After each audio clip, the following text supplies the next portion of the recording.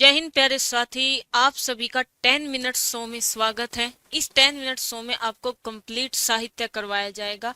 कहने का मतलब ये है कि यूपीएसआई हो, 2017 का पेपर हो, 21 का पेपर हो, जेल वार्डन का पेपर हो, असिस्टेंट रेडियो ऑपरेटर का पेपर हुआ था, अभी वर्कशॉप का पेपर हुआ था, या आपका एई का पेपर हो, या आपके यूपी ट्रिपल एस सी, किसी भी बोर्ड के थ्रू आपका कोई भी एग्जाम हुआ हो और साहित्य में जो जो क्वेश्चन पूछे गए हैं आज तक, वे सारे मैं आपको 10 मिनट की क्लास मिलेगी आपको, और उसमें आपको करवाए जाएंगे।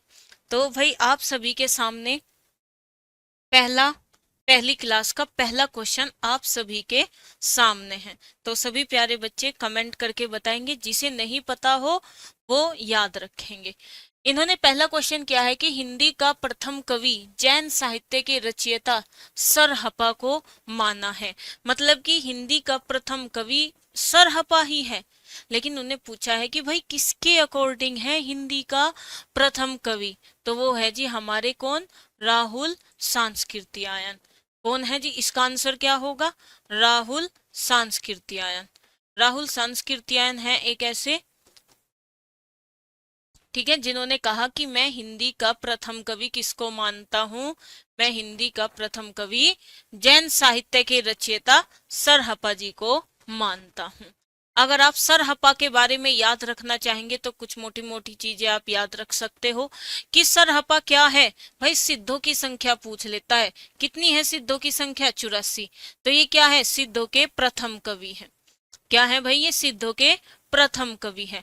अगर ये ना पूछे तो ये पूछ सकता है कि सिद्धों के आदि कवि, भाई क्या है ये, सिद्धों के आदि कवि हैं। क्या है ये, सिद्धों के आदि कवि।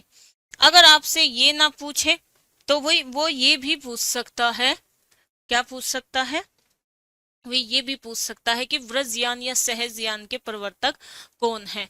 तो हमारे जो सरहपा जी हैं, ये आपके सहजयान सहजयान और व्रजयान के प्रवर्तक भी हैं।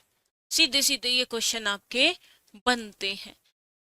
और भी है भाई, ये आप याद रखेंगे कि ये सिद्ध सामंत युग के प्रवर्तक है। सीधा सीधे ये क्वेश्चन आपके सीधे सीधे पूछे जाते हैं, सिद्ध सामंत युग के प्रवर्तक कौन है। तो भाई सिद्ध सामंत युग के प्रवर्तक आपके सरहपा जी हैं।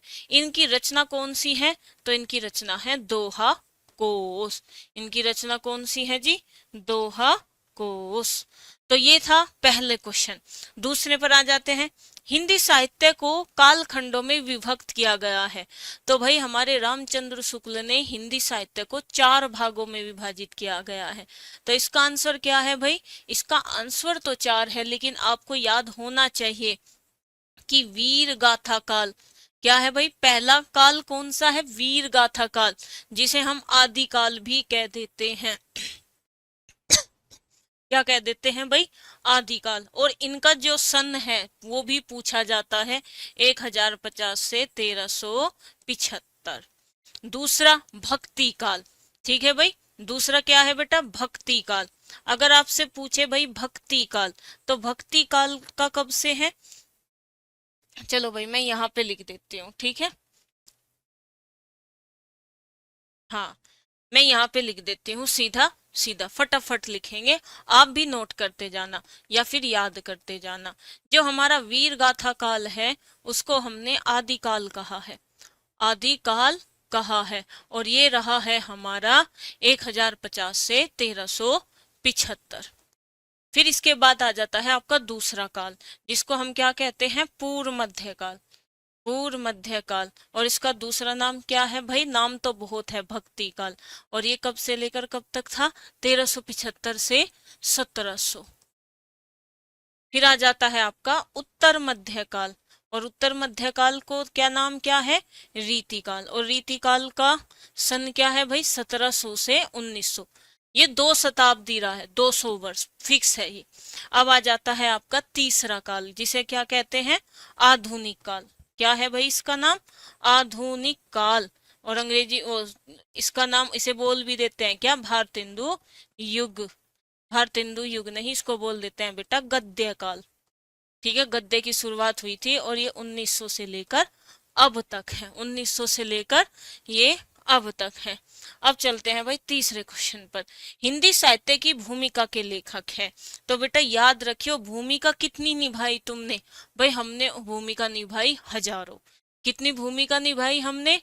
हजारों। तो आप यहाँ से ये चीज याद रखेंगे। कैसे? आपको 3 रचना याद रखनी है हिंदी साहित्य से लेकर। ठीक है, ये तीनों हजारी प्रसाद द्विवेदी जी की है, एक यूपीएसआई में पूछी जा चुकी है। तो आपसे पूछे हिंदी साहित्य का उद्भव और विकास, ये किसने लिखी है? ये आपके हजारी प्रसाद द्विवेदी ने लिखी है। अब ये किसने लिखी है? हिंदी साहित्य की भूमिका। ठीक है, हिंदी साहित्य की भूमिका। तो ये क्वेश्चन भी आपका आ चुका है, हिंदी साहित्य की भूमिका किसने लिखी है? हजारी प्रसाद द्विवेदी ने लिखी है। अगर आपसे कोई पूछे हिंदी साहित्य का आदिकाल, तो भाई ये आदिकाल ये भी आपका किसने लिखा है? हजारी प्रसाद द्विवेदी जी ने लिखा है। ये तीनों के तीनों किसने लिखे हैं जी? ये तीनों के तीनों हजारी प्रसाद द्विवेदी जी ने लिखा है। हजारी प्रसाद द्विवेदी जी ने लिखा है। तो आपके पहले 3 क्वेश्चन हो चुके हैं। अब चलते हैं भाई नेक्स्ट क्वेश्चन पर। नेक्स्ट क्वेश्चन क्या है? आदिकाल का संभावित समय आरंभ माना गया है। तो हमने अभी तो देखा था आदिकाल, जिसे वीरगाथा काल कहते हैं, 1050 से 1375। आंसर हो गया। भक्ति काल को हिंदी साहित्य का स्वर्ण काल किसने कहा? तो वो कहा भाई दो ने कहा। किसने कहा? वो पर अलग तरीके से आप याद रखोगे, जॉर्ज गियर्सन। जॉर्ज गियर्सन थे जिन्होंने भक्ति काल को क्या कहा? स्वर्ण काल का, क्योंकि उस टाइम पर भक्ति जो थी अपने चरम सीमा पर थी। पूर्व मध्यकाल का समय माना जाता है। देखो भाई हमने अभी याद किया, पूर्व मध्यकाल मतलब भक्ति काल, पूर्व मध्यकाल मतलब भक्ति काल। और 1375 से 1700, कितना? 1375 से 1700। अगर यही रीति काल का पूछ लेता तो 1700 से 1900 हो जाता। तो चलो भाई नेक्स्ट क्वेश्चन। 6 क्वेश्चन हम कर चुके हैं। पूर्व मध्यकाल को हिंदी साहित्य में इस नाम से भी जाना जाता है। तो भाई हमने अभी पढ़ा, अभी तो पढ़ा, पूर्व मध्यकाल को भाई भक्ति काल भी कहते हैं। पूर्व मध्यकाल को क्या कहते हैं? भक्ति काल कहते हैं। अभी तो पढ़ा है भाई यही क्वेश्चन। हिंदी साहित्य के इतिहास में काल विभाजन का सर्वप्रथम श्रेय या सर्वप्रथम प्रयास किसने किया था? ये बताएंगे भाई। हिंदी साहित्य के इतिहास में काल विभाजन, ठीक है, और हिंदी साहित्य के प्रथम कालखंडों को बीजोपन काल नाम दिया। तो ये क्वेश्चन आपके यूपीएसआई के ही हैं। ठीक है भाई। तो देखो हिंदी साहित्य के प्रथम कालखंड को बीजोपन काल किसने कहा? तो मैंने हमेशा कहा है कि भाई महावीर का बीज, ऐसे याद कर लो। तो महावीर प्रसाद द्विवेदी जी ने क्या कहा है? महावीर प्रसाद द्विवेदी जी ने आदिकाल को बीजोपन काल कहा है। आदिकाल को बीजोपन काल कहा है। रीति काल को श्रृंगार काल किसने कहा? तो लो भाई इनके नाम ले लेते हैं हम। रीतिकाल, भाई रीतिकाल नाम किसने दिया? सबसे पहले तो ये याद रखो, तो ये दिया भाई रामचंद्र शुक्ल ने। किसने दिया? रामचंद्र शुक्ल ने कहा कि भाई मैं तो रीतिकाल कहूंगा। ठीक है। अब रीतिकाल को श्रृंगार काल किसने कहा? तो विश्व में क्या है? श्रृंगार ही श्रृंगार है। तो ये हो गए भाई हमारे विश्वनाथ सिंह। फिर आ गए जी हमारे अलंकृत काल। किसी ने रीतिकाल को अलंकृत काल भी कहा है, तो वे कौन है? तो वे है जी हमारे मिस्र बंधु। ठीक है, कौन है जी? वे हमारे मिस्र बंधु हैं, जिनने क्या कहा है? अलंकृत काल कहा है। याद रखेंगे। और कला काल किसने कहा है? कला काल, कला काल कहा है रीतिकाल को रमाशंकर शुक्ल रसाल ने। रमाशंकर शुक्ल रसाल ने, रसाल इनका उपनेम। तो भाई यहाँ तुम्हें मैंने सारा ही लिखवा दिया कि श्रृंगार काल किसने कहा। किशोरी लाल गुप्त की पुस्तक हिंदी साहित्य का प्रथम इतिहास पुस्तक का अनुवाद है। तो वो अनुवाद किसने किया था? वो किया था भाई जॉर्ज गियर्सन ने। और उनकी किताब का नाम क्या था? The modern vernacular, the modern vernacular literature of Hindustan. ठीक है भाई, ऑफ हिंदुस्तान। साहित्य को जनता की चित्तवृत्तियों का संचित प्रतिबिंब कहा है, तो वो कहा है रामचंद्र शुक्ल ने। देखो आपके यूपीएसआई के एग्जाम में ना बहुत सारी सूक्तियां पूछी गई है, तो ये आपको डायरेक्ट याद करनी है, डायरेक्ट आपको ये याद करनी ही होगी। अब आ जाते हैं भाई नेक्स्ट क्वेश्चन। भक्ति आंदोलन को इस्लामी आक्रमण की प्रतिक्रिया कहा है, तो भाई भक्ति आंदोलन को इस्लामी आक्रमण की प्रतिक्रिया हमारे रामचंद्र शुक्ल ने ही कहा है। हिंदी साहित्य इतिहास का प्रथम लेखक कौन था जी? फ्रांस के लेखक कौन थे जी? ये गार्स द तासी। गार्स द तासी कौन थे जी? ये थे आपके जी फ्रांस के लेखक थे। क्या थे जी? ये फ्रांस के थे, ये फ्रांस के। और इन्होंने लिखी थी स्टावर एडल्यूटर एंडोय ए हिंदुस्तानी। ठीक है, गॉड्स द तासी, जिसने हमारे साहित्य लेखन की प्रक्रिया, लिखने की प्रक्रिया हिंदी साहित्य को इन्होंने ही शुरू की थी। अब आ जाते हैं हिंदी साहित्य का आदिकाल। तो देखो मैंने आपको 3 रचनाएं याद करवाई थी, किसकी? हजारी प्रसाद द्विवेदी की, कि हिंदी साहित्य का आदिकाल, हिंदी साहित्य की भूमिका, हिंदी साहित्य का उद्भव और विकास। तीनों की तीनों यूपीएसआई में बेटा पूछ ली जा चुकी है, तो इसलिए याद रखेंगे हिंदी साहित्य का आदिकाल। ये भी आपकी किसकी है? हजारी प्रसाद द्विवेदी जी की है, हजारी प्रसाद द्विवेदी जी की है। और भाई आप सभी को पता है कि यूपीएसआई हिंदी हो, मैथ हो, जीएस हो, सबके 40-40 क्वेश्चन फिक्स है, लेकिन रीजनिंग आपकी नीचे नहीं होती पर ऊपर जरूर हो जाती है। कहने का मतलब ये है कि 40 क्वेश्चन तो आपके फिक्स है ही, लेकिन ये 55 तक भी चले जाते हैं, 60 तक भी चले जाते हैं। तो सभी प्यारे बच्चे और ध्यान रखना, यूपीएसआई का पेपर ऑफलाइन होगा, तो आपको ऑफलाइन ही प्रैक्टिस करनी है और बहुत ही बढ़िया तरीके से प्रैक्टिस करनी है रीजनिंग की। तो भाई ये यूपीएसआई की बुक है, 2nd एडिशन है, और ये आपके इसमें 2500 से अधिक ज्यादा क्वेश्चन है। तो ज्यादा से ज्यादा रीजनिंग क्या मांगती है? प्रैक्टिस, ज्यादा से ज्यादा क्वेश्चन करो भाई, इसमें प्रैक्टिस करो, ट्रिक के साथ आपको हर क्वेश्चन का सॉल्यूशन दिया गया है और आपके सारे प्रीवियस ईयर इसमें है।